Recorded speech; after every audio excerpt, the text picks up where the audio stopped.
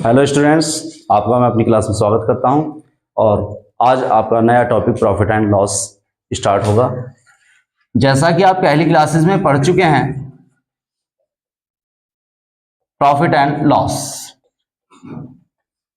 की परसेंटेज और रेशियो आपका कंप्लीट हो चुका है और उसमें सबसे बड़ी बात यह है कि आपको ये हुनर मिला है कि बेस किसको हम लेके चलना चाहिए। बेस का मतलब नीचे वाली संख्या, जो भी आप हर के रूप में यूज करेंगे। और बेस किसे कहते हैं? किसी भी घटना की पहले वाली स्थिति को बेस कहते हैं। तो यहां से कुछ घटनाओं से आपको मैं अवगत कराता हूं। जैसे आप प्रॉफिट एंड लॉस एक फील्ड है, एक क्षेत्र है, किस चीज का? आप कहेंगे बाइंग एंड सेलिंग का। यह एक फील्ड है चीजों को खरीदने का और बेचने का। और ध्यान रखना, इस फील्ड में खरीदने और बेचने के फील्ड में, खरीदना और बेचना,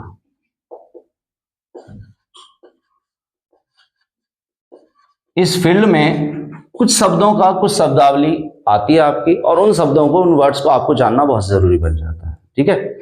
और आपको यह भी बताना है साथ ही साथ कि कौन सी घटना पहले होती है, कौन सी घटना बाद में होती है। और जो घटना पहले होती होगी उसे हम आधार कहेंगे। ठीक है। जैसे चीज को पहले खरीदा जाएगा, उसके बाद बेचा जाएगा, या पहले बेच देंगे बाद में खरीदेंगे? पहले खरीदेंगे और फिर बेचेंगे। ठीक है। तो इसका मतलब क्या हुआ? खरीदा हुआ, जो खरीदने वाली जो घटना है वो पहली घटना है। अच्छा, एक बात बताएं, यहां पर आप 3 प्रकार के मूल्य पढ़ेंगे। मूल्य, प्राइस। तो प्राइस आपके 3 प्रकार के कौन से होंगे? पहला सीपी, दूसरा एसपी और तीसरा एमपी। ठीक। सीपी क्या होता है? Costing price. कॉस्टिंग प्राइस से मतलब जिसे हिंदी में आप क्रय मूल्य के नाम से जानते हैं। अब ध्यान दें, क्रय मूल्य कहते किसे? यह आपका सीपी क्या कहलाता है कि जिस समय हम किसी भी वस्तु को परचेज करते हैं, खरीदते हैं, जिस समय किसी वस्तु को खरीदा जाता है तो उस समय हम उसे कुछ मनी देते हैं, कुछ रुपए देते हैं। तो उस धन को, उस मनी को, उस रुपयों को क्या बोलते हैं? हम सीपी कहते हैं। ठीक है। क्रय मूल्य। अगर मैंने किसी पेन को 20 रुपए में खरीदा है तो इसका मतलब 20 में खरीदा है। तो साथ ही साथ रुपयों की जब भी बात की जाएगी तो साथ ही साथ आप ये भी सोचें कि वह खरीदने के लिए यूज हुआ या बेचने के लिए बोला गया है या छपा हुआ मूल्य है, यानी कि मार्क प्राइस। और सेलिंग प्राइस किससे? एसपी, सेलिंग प्राइस, जैसा कि नाम से ही पता चल रहा होगा, एसपी। और जिसे आप हिंदी में क्या बोलते हैं? विक्रय मूल्य। नेक्स्ट आपका होगा एमआरपी, एमपी। जिस समय से आप एमआरपी बोलेंगे तो इसका मतलब होता है maximum retail price. Maximum retail price तो अधिकतम निर्धारित मूल्य, जो लिखा हुआ जो होता है कि उससे ज्यादा कोई भी जो सेलर है उसको सेल नहीं कर सकता। या फिर एमपी का मतलब मार्क्ड प्राइस। क्या बोलते हैं इसे? मार्क्ड प्राइस, जो उस पर छपा रहता है। और इसीलिए इसका हिंदी में कुछ नाम बन जाते हैं, जैसे अंकित मूल्य या फिर छपा हुआ मूल्य वगैरह वगैरह। ठीक है। तो ध्यान से समझिएगा, मूल्य आपके 3 प्रकार के होंगे। एक ऐसा जो रुपए हम किस चीज के लिए, खरीदने के लिए यूज करते हैं तो सीपी कहलाएगा। जो बेचते समय यूज कर रहे हैं, बेचने पर कोई सामने वाला हमको देता है तो उसे हम क्या बोलेंगे? Selling price. लेकिन किसी भी आर्टिकल पर जब जिससे को हम लिखा हुआ देखते हैं तो वह क्या होता है? आपका एमआरपी होता है। बात समझे? अब यहां से कुछ घटनाएं जानते हैं सीपी और सबसे पहले एसपी के बारे में। यहां पर जो टारगेट हम कर रहे हैं, किसको कर रहे हैं? सीपी और एसपी। और इस घटना के बीच एक बदलाव होता है, ध्यान दीजिएगा। तो होने वाला जो चेंज है, होने वाला जो परिवर्तन है, यहां पर होने वाला परिवर्तन, उस परिवर्तन को ही प्रॉफिट या लॉस कहा जाता है। प्रॉफिट या लॉस। तो कुल मिला के मेरे कहने का मतलब क्या हुआ कि प्रॉफिट और लॉस किन दो ऑब्जेक्ट के बीच की घटना है। तो आपको जानना चाहिए, समझना चाहिए इसको डीपली। सीपी और जैसे 20 रुपए में आप कोई आर्टिकल खरीद के लाए तो मैं क्या बोलूंगा उसको, 20 रुपए को सीपी। लेकिन हमने कहा कि आपने उसे बेच दिया 25 रुपए में। कितने रुपए में? 25 रुपए में। तो सीपी से लेकर और एसपी तक जाने के लिए आपको 5 रुपए के परिवर्तन का यहां पर सामना करना पड़ा। तो ध्यान रखना, यही जो परिवर्तन है, यही जो बदलाव है, इसी को आप क्या बोलेंगे, या तो प्रॉफिट या फिर लॉस। तो खरीद के ला रहे हैं आप 20 में, बेच रहे हैं आप 25 में, तो अधिक में बेचा या कम में बेचा? अगर अधिक में बेचा है तो प्रॉफिट हुआ है, कम में बेचा है तो लॉस हुआ है। तो इसे आप क्या बोलेंगे? प्रॉफिट बोलेंगे। कोई डाउट? और सुनिएगा, यह जो प्रॉफिट या लॉस होता है, यानी कि जो परिवर्तन होता है, इस परिवर्तन का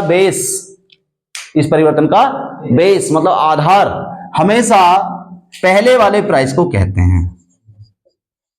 तो आधार कौन कहलाता है? और पहले वाला परिवर्तन। इस परिवर्तन के लिए सीपी और एसपी के बीच होने वाले परिवर्तन के लिए जो आधार होता है कौन होता है? सीपी होता है। और आधार मतलब जो बटे में रख के आपको चलना है। क्लियर? कोई डाउट? तो इसे कैसे बोला जाता है कि प्रॉफिट हुआ है तो हम पूछेंगे कितने पर, तो इसको बोलते हैं कितने पर का मतलब होता है कि आधार, और आधार किसको बोलते हैं? सीपी को। तो प्रॉफिट का आधार, और अगर ये लॉस हुआ होता तब भी आधार सीपी ही होता कि कितने पर? 20 पर 5 का प्रॉफिट, तभी तो आप बोलेंगे। और प्रॉफिट का मतलब ज्यादा मूल्य को लेना, तो कितना ज्यादा लिया? 5, तो तभी तो आपका एसपी कितना बना? 25। इसके लिए कोई रटने की आवश्यकता नहीं कि आप फॉर्मूले बनाने लग जाए कि प्रॉफिट इज इक्वल टू कि एसपी माइनस सीपी, कुछ नहीं है ये सब चीज, है ना, नॉर्मल बात करेंगे। ठीक है? डाउट? अब अगर आपसे कोई बंदा ये कहता है कि बताइए इस स्थिति में उसको प्रॉफिट हुआ है रुपयों में कितने का? 5 का, तो प्रॉफिट का लेकिन परसेंट बता दें। क्या बता दें? परसेंट। तो ध्यान दें, सुनिएगा, जिस ऑब्जेक्ट के विषय में कोई बात की जाती है उसे आप ऊपर रखते हैं, मेन ऑब्जेक्ट कहते हैं उसको। मेन का मतलब जिसके बारे में बात की जा रही है। तो प्रॉफिट के बारे में बात की जा रही है, कितना हुआ है और किस आधार पर हुआ है, यानी कि पहले मूल्य वो क्या था, किसका बदलाव था, वो सीपी। वो कितना है? फ्रैक्शन बनाएंगे तो 1/4, और 1/4 को आप कहते हैं 25%। को डाउट? क्योंकि आधार को कितना बनाना होता है? 100, और आधार को 100 बनाते ही वह वैल्यू जो भी है आपकी परसेंट में कन्वर्ट हो जाती है। तो 25% का आप प्रॉफिट कहेंगे। कोई डाउट है? तो आप इसे नोट कीजिए सबसे पहले।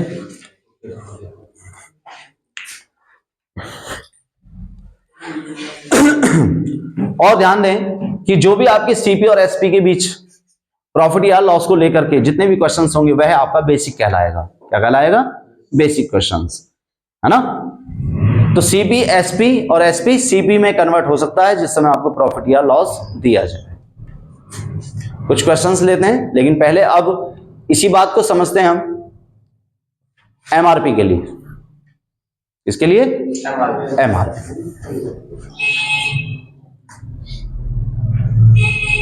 अगर सीपीएसपी के बीच की बात होगी तो डायरेक्ट वो एक दूसरे से कनेक्ट रहते हैं, लेकिन किसके माध्यम से? प्रॉफिट या लॉस के माध्यम से। और अगर एसपी और एमआरपी के बीच की बात होगी तो अब इसको समझते हैं आप। ठीक, इसको लेकर चल रहे हैं अब, एसपी और एमआरपी। बताइए जरा, आप जिस समय आप किसी शॉप पर जा रहे हैं, आपने कोई बुक देखी एग्जाम्पल के लिए, और बुक देखने के बाद सबसे पहले आपकी नजर किस चीज पर जाती है? एमआरपी पर। तो उस पर आप ये तलाश करते हैं कि इस पर लिखा हुआ कितना है। मान लीजिएगा उस बुक पर, जो भी आपने बुक अभी अभी देखी है, उस बुक पर 500 रुपए एज ए एमआरपी लिखा हुआ है, तो क्या आप 500 रुपए उसको बुक सेलर को दे देते हैं? नहीं देते ना, बल्कि एक आपके माइंड में एक क्वेश्चन यहां पर उठता है। कौन सा? कि सर क्या इस पर कोई डिस्काउंट है? सर क्या इस पर मीन्स एमआरपी पर कि कोई डिस्काउंट है? अब वो बता रहा है कि जी इस पर कितने का डिस्काउंट है? 30% का डिस्काउंट है। तो क्या आप 30% उसका निकालना जानते हैं कि तो वास्तव में डिस्काउंट कितने का हुआ? डिस्काउंट की वैल्यू क्या हुई? तो 5 या 15, 150 रुपए का। तो अब आप क्या कहेंगे कि उस चीज को जो वो दुकानदार है 500 उस पर लिखा हुआ था, 150 का वह डिस्काउंट दे चुका है, तो इसका मतलब 350 रुपए में आपको बेचेगा। बात समझ में आ रही है? कोई डाउट? लेकिन कुछ बातें थोड़ा सा हम डायरेक्ट करने की कोशिश करेंगे, धीरे धीरे इस बात को समझिएगा। तो जैसे प्रॉफिट एंड लॉस वर्क किस पर करते थे? कॉस्ट प्राइस पर, सीपी पर। यानी कि प्रॉफिट और लॉस का जो बेस है वो सीपी होता था। ऐसे ही डिस्काउंट किस पर वर्क करता है? किसको बदलने का काम करता है? एमआरपी को बदल दिया उसने। एमआरपी 500 था और अब कितना रह गया है? 350 में बेच दिया है। तो सबसे पहले एक बहुत ही छोटा सा क्वेश्चन है मेरा, ये बताने की कोशिश करें कि डिस्काउंट दिया जाता है या लिया जाता है?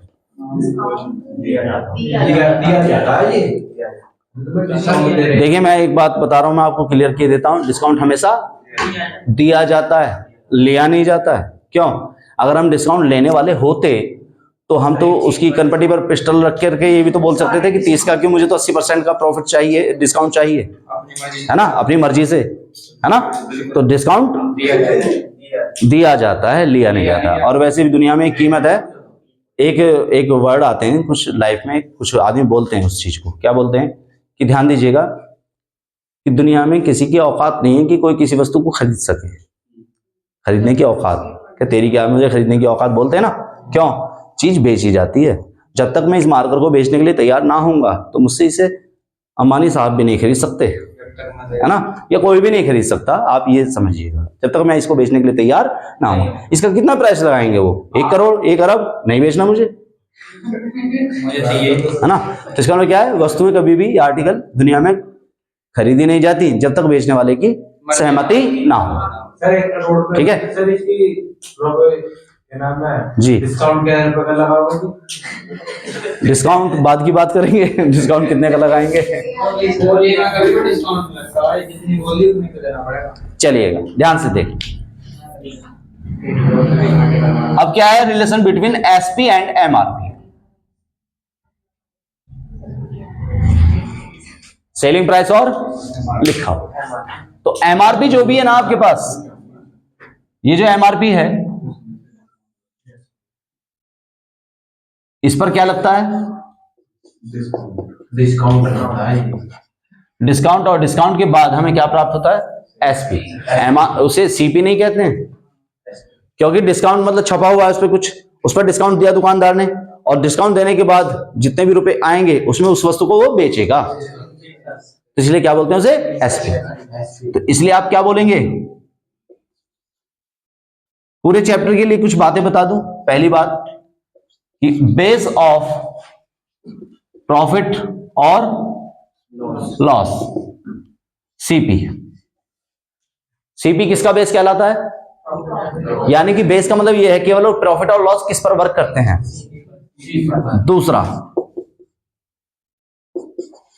Base of discount. Base of discount वो क्या होता है? एमआरपी। एमआरपी पर डिस्काउंट लगेगा तब जाकर के वो क्या बनेगा? एसपी। क्लियर? कोई डाउट है? और इन्हीं दोनों घटनाओं पर रिलेटेड जितने भी क्वेश्चंस होंगे उसी को आप बेसिक कहेंगे। बेसिक कंसेप्ट, बेसिक कंसेप्ट है किसका? प्रॉफिट एंड लॉस चैप्टर का। क्लियर? जैसे कुछ एग्जांपल लेते हैं। पहला हमने कहा कि किसी आर्टिकल का सीपी मान लीजिए 25 रुपीज है और उसको हमने बेच दिया है 28 रुपीज में। तो इतना देखकर इन वर्ड्स को जरा पहचानिए, जानिए और बिल्कुल साधारण लैंग्वेज में आप इन्हें यूज करें। सीपी को सीपी ना बोल करके आप नॉर्मल बिल्कुल लैंग्वेज का यूज कर सकते हो। खरीदा है मैंने इतने में, है ना, कितने में? 25 रुपए में खरीदा है। बेचा है मैंने 28 में। तो आप यहां से तय कर पाएंगे मिस्टर तुषार कि प्रॉफिट हुआ है लॉस? प्रॉफिट कितने का? अच्छा, इसका क्वेश्चन यही है, ध्यान से समझें। प्रॉफिट बताना है लेकिन परसेंटेज में। और पहले तो चलिएगा हम लिखते हैं, लेकिन इसके बाद आप इसको ऑरली करना सीखेंगे, यानी कि मौखिक तक आपने पहुंचना है। तो किसके बारे में पूछ रहा है? प्रॉफिट कितना दिख रहा है? लेकिन प्रॉफिट मैंने कहा था कोई, देखिए परसेंट बनता है फ्रैक्शन से, और फ्रैक्शन बनाने के लिए दो चीजों का होना जरूरी है, एक तो मेन ऑब्जेक्ट और एक बेस। मेन ऑब्जेक्ट वो होता है जिसके बारे में बात की जाती है, और बेस उसे कहते हैं जिस पर वो वर्क करता है। तो प्रॉफिट या लॉस किस पे वर्क करता है? सीपी। सीपी कितना है? परसेंटेज कितना? कोई डाउट? बोलो, कोई डाउट है? लेकिन अब सुनिए, इसको रिटन वर्क थोड़ा सा यहां पर इन प्रकार के क्वेश्चंस में आपको खत्म करना चाहिए। और वो खत्म कैसे हो सकता है, इस बात को आप समझें कि आप बिल्कुल वही मैं कह रहा हूं, बार बार कहता हूं कि पढ़ते समय आप गिद्ध जैसी नजर रखें, और गिद्ध जैसे एक मांस के टुकड़े की तलाश में रहता है, वो मांस का टुकड़ा आपका क्या है ये आप खुद पहचानें कि सीपी, एसपी, और बात किसकी हुई? प्रॉफिट का बेस सीपी होता है। सीपी कितना है? परसेंटेज की डिमांड होती है 100 बनाना, बेस को 100 बनाना। क्या आपके माइंड में आ रहा है कि 25 को 100 बनाने के लिए 4 से गुणा कर पाएंगे आप? किससे? तो बेस को 100 बनाने के लिए जो भी आप मल्टीप्लाई कर रहे हैं या डिवाइड कर रहे हैं, तो उसी से ही आपने उसे मल्टीप्लाई या डिवाइड करना है जिसके बारे में पूछा जा रहा है। किसके बारे में पूछा गया? प्रॉफिट कितना दिख रहा है? तो 3 को भी मैं 4 से ही गुणा करूंगा, और 3 चौक 12% आप आंसर आप डायरेक्ट दे सकते थे। डाउट? तो एसपी, सीपी और एसपी के बीच प्रॉफिट एंड लॉस वर्क करता है, और एमआरपी और एसपी के बीच डिस्काउंट वर्क करता है। क्लियर? कुछ बेसिक क्वेश्चंस लेते हैं इसी पर आधारित, और उसके बाद देखते हैं कि क्या होगा। नोट कीजिए।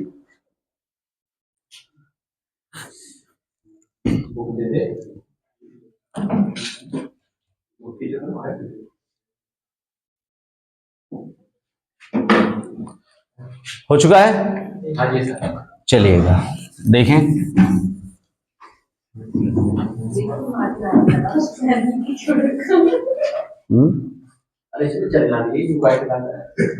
चलिए देखें क्वेश्चन नंबर 1। किसी वस्तु का अंकित मूल्य 80 रुपए है। अगर इस वस्तु को 73 रुपीज में बेचा गया है, कितने रुपए में? 70। तो हमें बताना है कि इस वस्तु पर डिस्काउंट अगर मिला था तो वो कितना परसेंट था। सॉल्यूशन ध्यान देंगे, ठीक। अगर आपको ऐसा लगता है कि बेस को डायरेक्ट 100 बनाया जा सकता है, यहां डिस्काउंट है जिसके बारे में पूछा जा रहा है। डिस्काउंट का बेस कौन होता है? क्या एमआरपी को 100 बनाया जा सकता है? फिलहाल 80 को डायरेक्ट 100 हम नहीं बना पाएंगे, जैसे कि है ना, तो आप कोई टेंशन ना लें। डिस्काउंट 80 में मैंने क्या देखा, उसको छपा हुआ मूल्य कितना, उस पर एमआरपी का मतलब छपा हुआ मूल्य, और बेचा कितने में है? जहां भी एमआरपी की बात आती है, अब आप अपने आप को एक बुक सेलर की तरह समझें। ऐसे सेलर हैं आप, उस चीज को बेचने वाले हैं, तो उस पर छपा हुआ कितना है? और बेच रहे हैं आप, तो बताइए आपने कितने का डिस्काउंट दिया? 7 रुपए का। और डिस्काउंट वर्क किस पर करता है? एमआरपी कितना है? एंड मल्टीप्लाई बाय 0 से 0 कट करते हुए यहां तक कोई दिक्कत है? नहीं। बोलो। और ये 70 को 8 से आप डिवाइड करेंगे, इतना परसेंट आपका रिजल्ट हो जाना है, जो कि 8.75% आपका होगा। कोई दिक्कत? क्लियर है? Next question.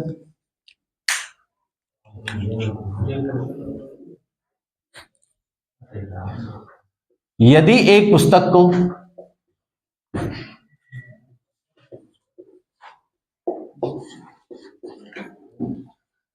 20% के लाभ से, कितने के लाभ पर, और कितने रुपए में बेचा जा रहा है वो भी बता रहे हैं।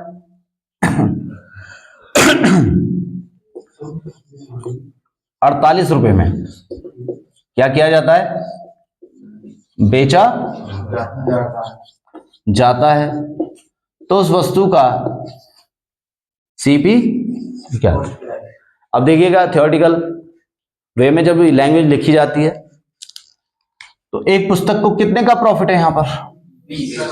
तो जो भी प्रॉफिट है या लॉस है, जो भी है, आप उस पर थोड़ा सा फोकस करें कि 20%, और रूल सारे अप्लाई किसके होंगे? परसेंटेज और रेशियो की।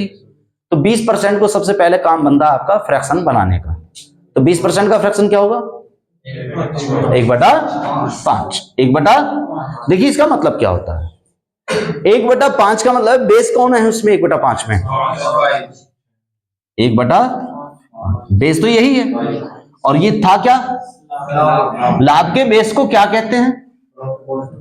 लाभ के बेस को क्या कहते हैं? तो इसका मतलब ये रेशियो सीपी का है।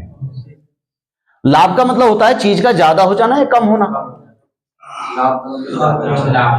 तो 5 पर 1 का अगर आप लाभ लेना चाह रहे हैं तो इसका मतलब आप उसको 6 में सेल करेंगे, और यह किसका रेशियो मिलेगा? Selling price. कोई डाउट है? 20% को मैंने फ्रैक्शन बनाया सबसे पहले 1/5। 5 जो आ रहा है वो क्या कहलाएगा? प्रॉफिट है। तो इसका मतलब प्रॉफिट का बेस देखिए क्या है? सीपी कहलाएगा। और लाभ का मतलब चीज का ज्यादा होना होता है, हानि का मतलब चीज का कम हो जाना होता है। प्लस कितना हुआ? 1 = 6। 6 में बेचा है। नेक्स्ट, अब यहां पर रियल वैल्यू कितनी है आपके पास? लेकिन वर्क कौन सा है? बेचा हुआ। तो बेचा, जितने में हम किसी चीज को बेचते हैं उस प्राइस को क्या बोलते हैं? Selling price. तो इसका मतलब इसका कंपैरिजन 48 रुपए का इनमें से किसके साथ करना चाहिए? 6 के साथ, क्योंकि बेचा गया मतलब एसपी को रिप्रेजेंट करा और एसपी हमारा 6 है। तो हम बोलेंगे 6 की वैल्यू बराबर है 48 रुपए के। यहां तक कोई डाउट? तो 1 की वैल्यू 8 रुपए होगी या नहीं? और हमारा टारगेट कंप्लीट कि 1 की वैल्यू मिल जाती है तो सभी की वैल्यू हम फाइंड कर सकते हैं। क्या पूछा उसने? सीपी। सीपी का रेशियो क्या है? 5। 5 से मल्टीप्लाई आप करेंगे तो आपके पास 40 होगा। यही आपका आंसर है। रुपए रियल वैल्यू। कोई डाउट? क्लियर है? ठीक है। नेक्स्ट,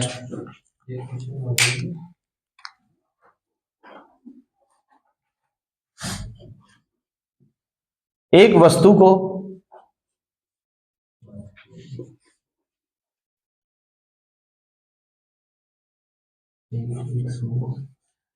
सात प्रतिशत की हानि पर, कितने की हानि पर 186 रुपए में बेचा जाता है।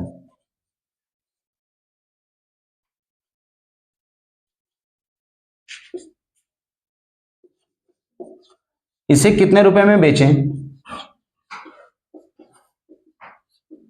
कितने रुपए में बेचें कि उसे 17% का लाभ हो। अच्छा, सबसे पहले एक बात मैं परसेंटेज में आपको बताना चाहूंगा और करना भी चाहूंगा कि मान लें कि अगर किसी वस्तु का जो सीपी है वो 100 रुपए है। कितना? 100। क्योंकि आधार को 100 मान के चलना चाहिए अगर परसेंटेज की आप बात कर रहे हैं तो, है ना? अगर 15% का मुझे प्रॉफिट चाहिए तो मैं उसको कितने में सेल करूंगा? 115। ठीक है। अगर 12% का अगर लॉस हो जाए हमको तो वो हमने कितने में बेचा होगा? 88। देखिए, प्रॉफिट का मतलब है प्लस करना, लॉस का मतलब है माइनस करना। इसमें से आधार में से, और आधार क्या होता है प्रॉफिट और लॉस के लिए? सीपी। ठीक है। और सीपी हम कितना मान रहे हैं? 100। तो अगर लॉस की बात है तो माइनस करेंगे, प्रॉफिट की बात है तो प्लस करेंगे, तभी तो हमें ये पता पड़ेगा कितने में बेचेंगे, है ना? कभी कभी ऐसा होता है कि हमें प्रॉफिट या लॉस के नाम पर यही तय करना नहीं आता कि एसपी कितना है।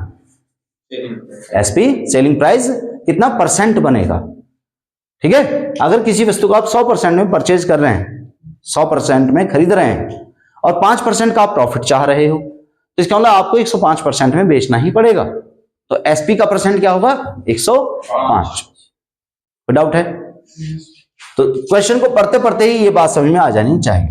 क्लियर? तो आप यहां से देखें, एक वस्तु को 7% की हानि यानी कि लॉस पर कितने रुपए में? 186 रुपए में क्या किया है? सेल किया ना?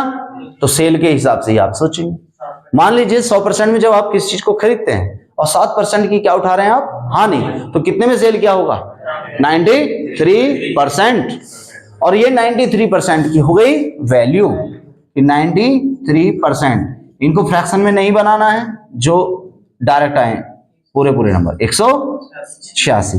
तो आप देख रहे हैं इसका डबल है, बोलो। तो आप क्या कह सकते हैं, 1% की वैल्यू बराबर 2 होगी। कोई डाउट? क्लियर है यहां तक? नेक्स्ट, अब आपके पास कि उसे कितने का लाभ हो, वह उसे कितने रुपए में बेचने का मतलब फिर से क्या पूछ रहा है, सीपी, एसपी या एमआरपी, क्या पूछ रहा है, सेलिंग प्राइस। और सेलिंग प्राइस कभी 100 नहीं होता है, ज्यादातर कभी 100 केवल वो तब होता है सेलिंग प्राइस जब उसे ना लाभ हो ना ही उसे हानि हो। इसका मतलब क्या, जितने में खरीद के लाया उतने में उसने बेच दिया। लेकिन आप सोचिएगा, अगर कुछ ना कुछ लाभ है या कुछ ना कुछ हानि है, तो इसका मतलब क्या है, वो 100 से या तो ज्यादा होगा या फिर कम होगा। लाभ की स्थिति में ज्यादा होगा, हानि की स्थिति में कम होगा। तो यहां पर क्या हो रहा है, उसको फिलहाल क्या कराना चाह रहा है वो, लाभ। तो मतलब 100 से ज्यादा, कितना ज्यादा, 17 ज्यादा। तो इट मीन्स 117। जब 1% की वैल्यू 2 रुपए है तो 117% में बेचेगा, तभी तो 17% का लाभ कमाएगा। तो इसका मतलब दोनों तरफ आपने किससे मल्टीप्लाई किया है, 117 से। और आप कहेंगे 2, 3, 4, यही रुपीज एसपी उसका। डाउट? You can not.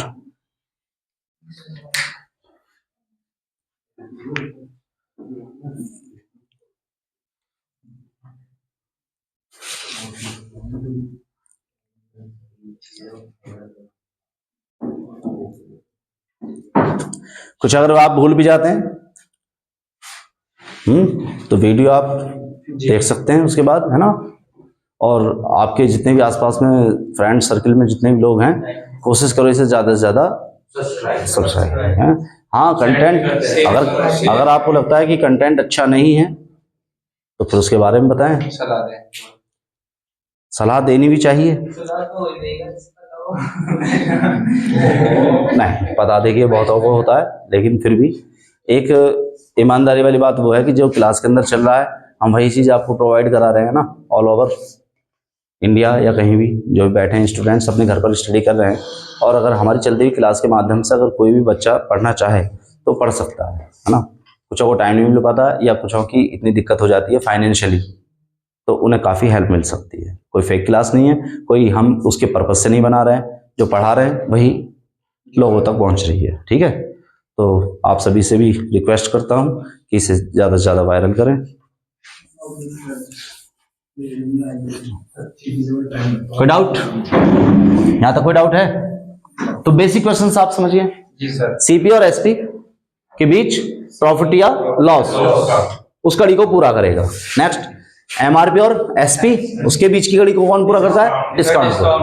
और अगर ये डायरेक्ट आपके कनेक्टेड हैं क्वेश्चंस में, समझ लेना वो बेसिक है। कोई डाउट? नेक्स्ट, और ये क्लासेस आपकी रेगुलर चलेंगी, डेली की डेली, इसलिए आप सभी सब्सक्राइब कर लें ताकि आपको डेली के डेली कंटेंट की नेक्स्ट टॉपिक के अकॉर्डिंग ही नेक्स्ट डे आपको वीडियो मिलती रहेगी। ठीक, संडे ऑफ रहता है, लेकिन संडे में इंतजार ना करें।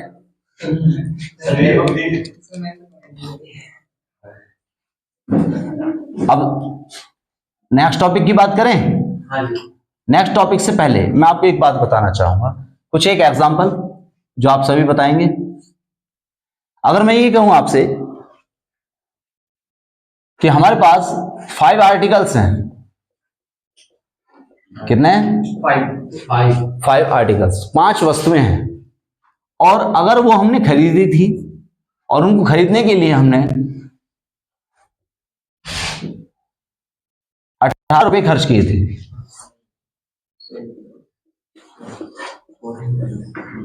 ये हमने खरीदी थी, परचेज की थी। क्लियर?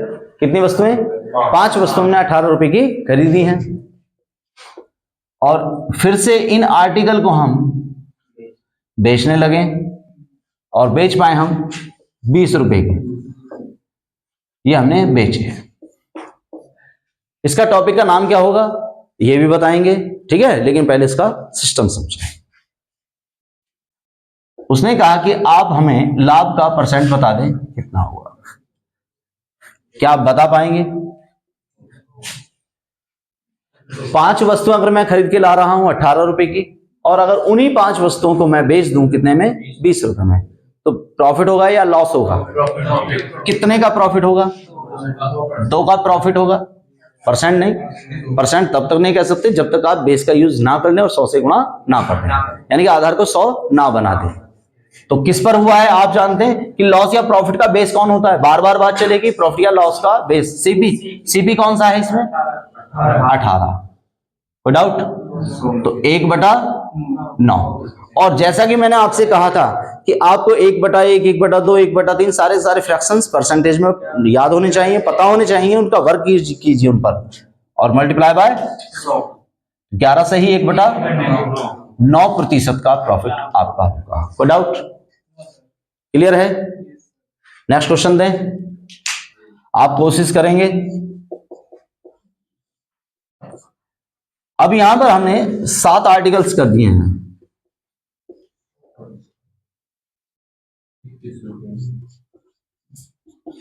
और अगर हम 7 आर्टिकल 25 रुपए में खरीद रहे हैं, और 14 आर्टिकल्स 45 रुपए में हम बेचें, तो या तो हानि होगी तो कितने परसेंट होगी, या प्रॉफिट होगा तो कितने परसेंट होगा। फिलहाल चलिए मैंने लिख दिया है कि आप हानि है तो हानि ही बताएं कितनी होगी।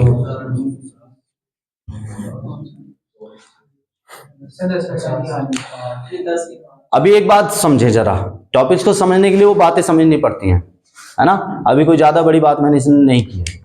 यहां पर आर्टिकल कितने थे? यहां पर कितने थे? 5। सेम थे या नहीं? तो इसका मतलब आपने फटाफट किसके अनुसार, किसके अकॉर्डिंग आपने जवाब दिया था? आप कहेंगे प्राइस के अकॉर्डिंग।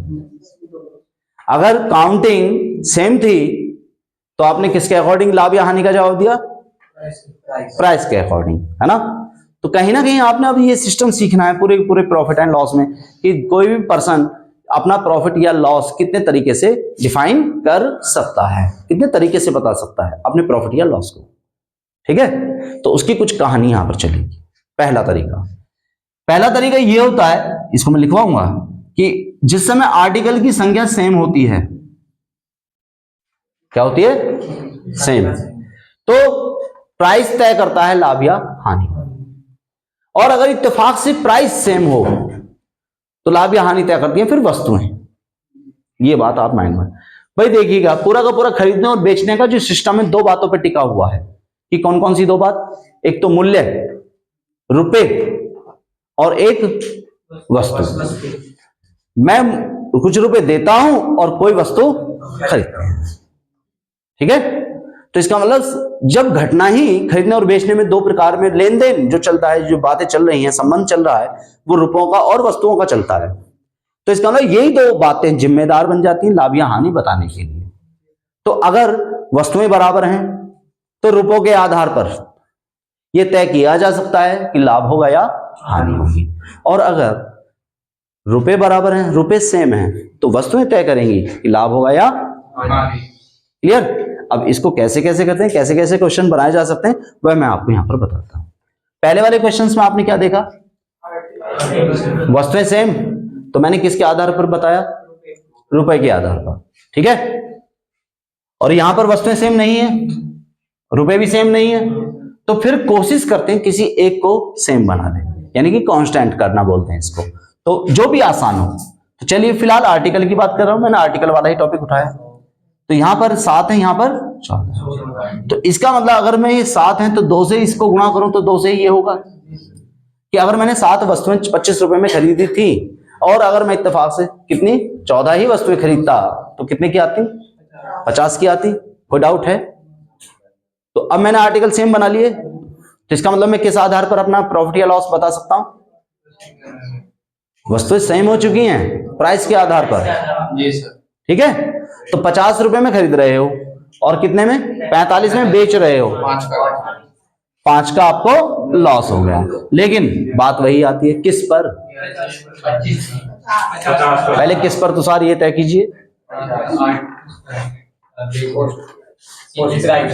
अभी इतनी देर से मैं बता रहा हूं कि सीपी पर होता है, सीपी पर होता है, सीपी पर होता है। प्रॉफिट या लॉस का बेस सीपी होता है ना। अगर आप तुक्के में भी रखना चाहते हैं तो सीपी रखें, और समझ के रखना चाहते हैं तब तो रखोगे सीपी। तो कितना है सीपी, कहां से दिख रहा है 25। तो अब ये 1/, जिसको आप परसेंट बनाने के लिए 10% की हानि। डाउट बोलो। तो मैं ये बात लिखवाता हूं कि आप अपना लाभ या हानि कैसे कैसे बता सकते हैं। ठीक है, एक एग्जांपल, लेकिन पहले इससे लिखवाने से पहले फिर से एक एग्जांपल देख लो कि अभी आर्टिकल सेम किए थे ना हमने दोनों में, वस्तुएं। अब की बार मैं ऐसा क्वेश्चन ले रहा हूं जिसमें क्या सेम होंगे, रुपीज सेम होंगे। ठीक है, ये जब आप सेम करने के लिए मल्टीप्लाई करते हैं तो मल्टीप्लाई करके जो वैल्यू आती है आगे क्वेश्चन को वो बढ़ाती है। 25 में जो आप 2 से गुणा कर चुके थे, सीपी 25 कहना चाहिए था, क्या 50 कहना चाहिए। और ये आप एसपी पर प्रॉफिट कर कह रहे हैं, तो सर पूरे इंडिया में नाम जा रहा है आपका, तो ध्यान रखो।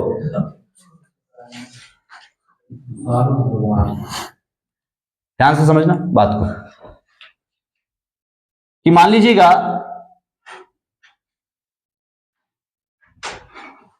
17 आर्टिकल हैं, कितने हैं 17 आर्टिकल, और हम उनको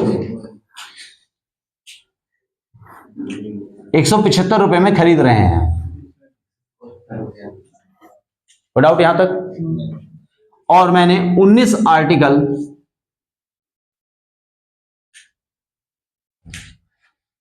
बेचे 175 रुपए में ही। अब की बात देखिएगा, रुपए सेम है, काउंटिंग सेम नहीं है, तो अभी भी तो प्रॉफिट या लॉस हुआ होगा।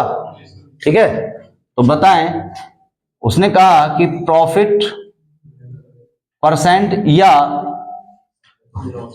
लॉस परसेंट हुआ तो कितना परसेंट हुआ, इसका यह है आपका क्वेश्चन।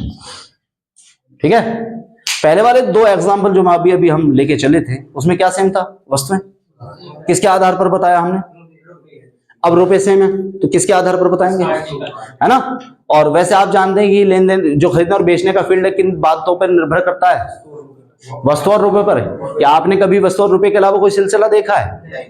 वो वस्तु विनिमय प्रणाली पहले पुराने जमाने में चला करती थी, हैं कि किसी के यहाँ पर सरसों का साग बनता था तो गेहूं का आटा ले जाते थे और उसमें एक आलन नाम की चीज होती है वो लगाते हैं, तो मकई का आटा लेके आते थे, है ना। वस्तु दिया वस्तु ही लिया। लेकिन आजकल ऐसे सिस्टम बहुत देखने को कम मिलते हैं। ठीक है, और अक्सर देखे होंगे आपने फल विक्रेता जो गली मोहल्लों में आते हैं अक्सर, और आने के बाद में क्या होता है कि लोहे वगैरह से अमरूद दे रहे हैं।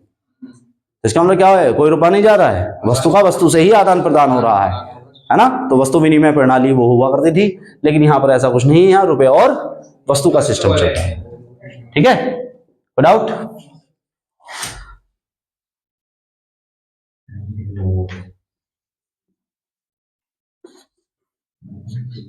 खरीदने और बेचने, अब यहां से इसकी बात लिखवा रहा हूं मैं सारी, का जो क्षेत्र है हम कहेंगे 2 बातों पर डिपेंड करता है। 2 बातों का क्या दर्शाता है, ये संबंध दर्शाता है।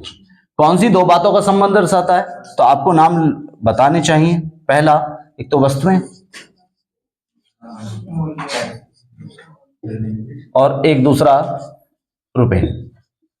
कोई डाउट, क्लियर। अब बात किसकी आ रही है, लाभ या हानि की। लाभ या हानि के लिए, लाभ या हानि के लिए बहुत ध्यान से समझना है। ज्यादातर वस्तु या रूपों में से सबसे पहले जो वरीयता देता है इंसान, वो किसको देता है आपकी नजर में? वस्तु या रूपों में से रुपए। किस बात से प्रमाणित होता है? आदमी रुपए एक्स्ट्रा रख सकता है लाखों करोड़ों अरबों खरबों वस्तुओं का एक्स्ट्रा, तो उसे अगर उसे एक एलईडी चाहिए तो एक एलईडी काफी है, उसी को लेकर के वो अपना सेटिस्फाई हो जाता है ना। तो इसका मतलब क्या है? वस्तुओं से उसे कोई खास, वस्तुएं होती हैं केवल आवश्यकता की चीज, है ना, और जितने में उसकी आवश्यकता पूर्ति होती है वो, लेकिन पैसा क्या है? आवश्यकता से कितना ही भी ज्यादा क्यों ना हो, आदमी तब भी उसकी तलाश में रहता है। तो इसके अलावा फर्स्ट वरीयता किसको दी जाती है? रुपए को। तो ध्यान रखना, रुपयों के आधार पर जब कोई फैसला किया जाता है तो वो डायरेक्ट किया जाता है। एक तो कैसे? डायरेक्ट। किसके आधार पर चलता है? रुपए। और एक क्या? इनवर्स। और वो किसके आधार पर? वस्तुओं के आधार पर। तो कहने का मतलब क्या हुआ कि जो रुपए और वस्तुएं होती हैं, रुपए और वस्तुएं, इनमें आपस में जो रिलेशन होता है वो उल्टा होता है। क्या होता है? रुपीज में और आर्टिकल्स में क्या होता है रिलेशन? उल्टा। कहने का मतलब क्या है? अगर आपने आर्टिकल्स का उल्टा कर दिया तो जो बात वो आर्टिकल्स में दी गई थी उसका उल्टा करने से वो रुपयों का अनुपात बन जाता है। किसका? रुपयों का। और जब रुपयों का अनुपात आप बना लेंगे तो उसके बाद तो बात सीधी हो जानी है। देखो कैसे, यहां पर रुपीज सेम है, इसका मतलब फैसला किसके आधार पे हुआ? आर्टिकल। लेकिन मुझे चाहिए सीपी और एसपी का रेशियो, एसपी और सीपी और एसपी का रेशियो। और हम जानते हैं कि सीपी प्राइस है और ये क्या है? वस्तुएं। ये उल्टा होता है। उल्टा मतलब जो वस्तुएं खरीदी गई हैं दरअसल वह रेशियो एसपी का बन जाएगा, और जो वस्तुएं बेची गई हैं वो रेशियो सीपी का बन जाएगा। तो ये 17-19 है ना, खरीदी हुई हैं, तो ये रेशियो किसका बन जाना है? एसपी का। और ये 19 बात समझ में आ रही है? विदाउट। तो इसका मतलब ये हुआ है, ऐसे समझे आप कि 19 में आप खरीद के लाए और 17 में बेच दिया, तो क्या हुआ? लॉस। 19 में खरीद के लाए, 17 में 2 का लॉस। कितने पर? 19 पर। और आप जानते ही हैं इसको, 1/19 को 5 से ही 5/19 कहते हैं। तो 2 की वैल्यू है तो 10, 10, 19, कितने परसेंट का लॉस हो जाना है? कोई डाउट? क्लियर है? बोलो। तो क्या करेंगे आप? जब कभी भी रुपए बिल्कुल सेम देखेंगे तो जो वस्तुएं हैं उनका पहले इन्वर्स करेंगे। क्या करेंगे? इन्वर्स करने से क्या मिलेगा? प्राइस का रेशियो। किसका रेशियो मिल जाएगा? प्राइस का रेशियो। और प्राइस का रेशियो जब मिल जाएगा तो आप बिल्कुल डायरेक्ट चलेंगे। फिर डायरेक्ट मतलब सीधे, जैसा है वैसा ही वर्क तब करेंगे। डाउट है? क्लियर?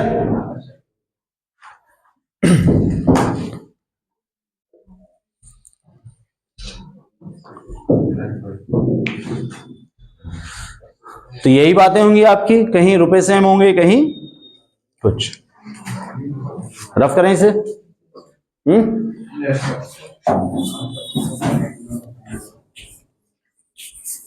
देखिए नेक्स्ट क्वेश्चन।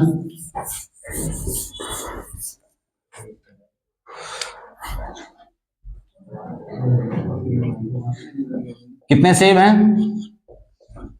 6 सेब। कितने के खरीदे? 25 रुपए के हमने खरीदे हैं। और 8 सेब हमने 33 रुपए के बेचे हैं। अब हमें ये पता नहीं चल रहा है कि लाभ होगा या हानि, और जो भी होगा वो आपने निकालना है कि लाभ का परसेंट हो या जो भी हो वो बताए। तो आपको पता है कि लाभ या हानि परसेंट जिस समय, अच्छा इसे बोलते हैं, ध्यान रखना, खरीदने और बेचने की दर बताना। दर का मतलब होता है वस्तुओं के साथ साथ रुपए का भी ब्यौरा देना। तो वस्तुओं के साथ जब रुपयों की भी बात की जाती है तो उसे क्या बोलते हैं? दर। क्या बोलते हैं? तो इस टॉपिक का नाम हो जाता है खरीदने व बेचने की दर, बेचने की दर मालूम होने पर या ज्ञात होने पर, ज्ञात होने पर क्या निकालना है आपने, लाभ प्रतिशत या हानि का परसेंट ज्ञात करना। ये टॉपिक का नाम बन जाता है। कोई डाउट?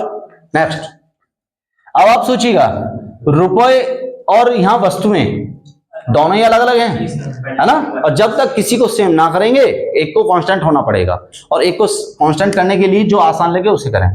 क्या 25 और 33 को सेम करना आसान है या 8 और 6 को? तो आप क्या कहेंगे, इसमें मल्टीप्लाई आप 2 से कर दें, 3 से, सॉरी, और इसमें 4 से कीजिए, इसमें 3 से, क्योंकि 8 और 6 का एलसीएम क्या होगा, 24। जिनको भी हम सेम करते हैं उनका एलसीएम लेते हैं, एलसीएम मतलब 24, तो 24 बना रहे हैं किसको, वस्तुओं को, तो इसका मतलब 24 का मतलब ये है कि 24 ही मैं खरीद के लाया और 24 ही मुझे बेचने हैं, है ना।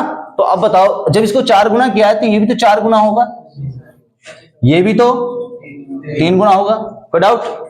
तो इस आधार पर आप क्या कहेंगे, अब देखो वस्तुएं आपने कांस्टेंट कर ली हैं, तो हिसाब किताब किसमें चलेगा, रुपयों में, किसमें, और जब रुपयों में बात करते हैं तो कुछ इन्वर्स करने की आवश्यकता नहीं पड़ती। इन्वर्स कब करते हैं,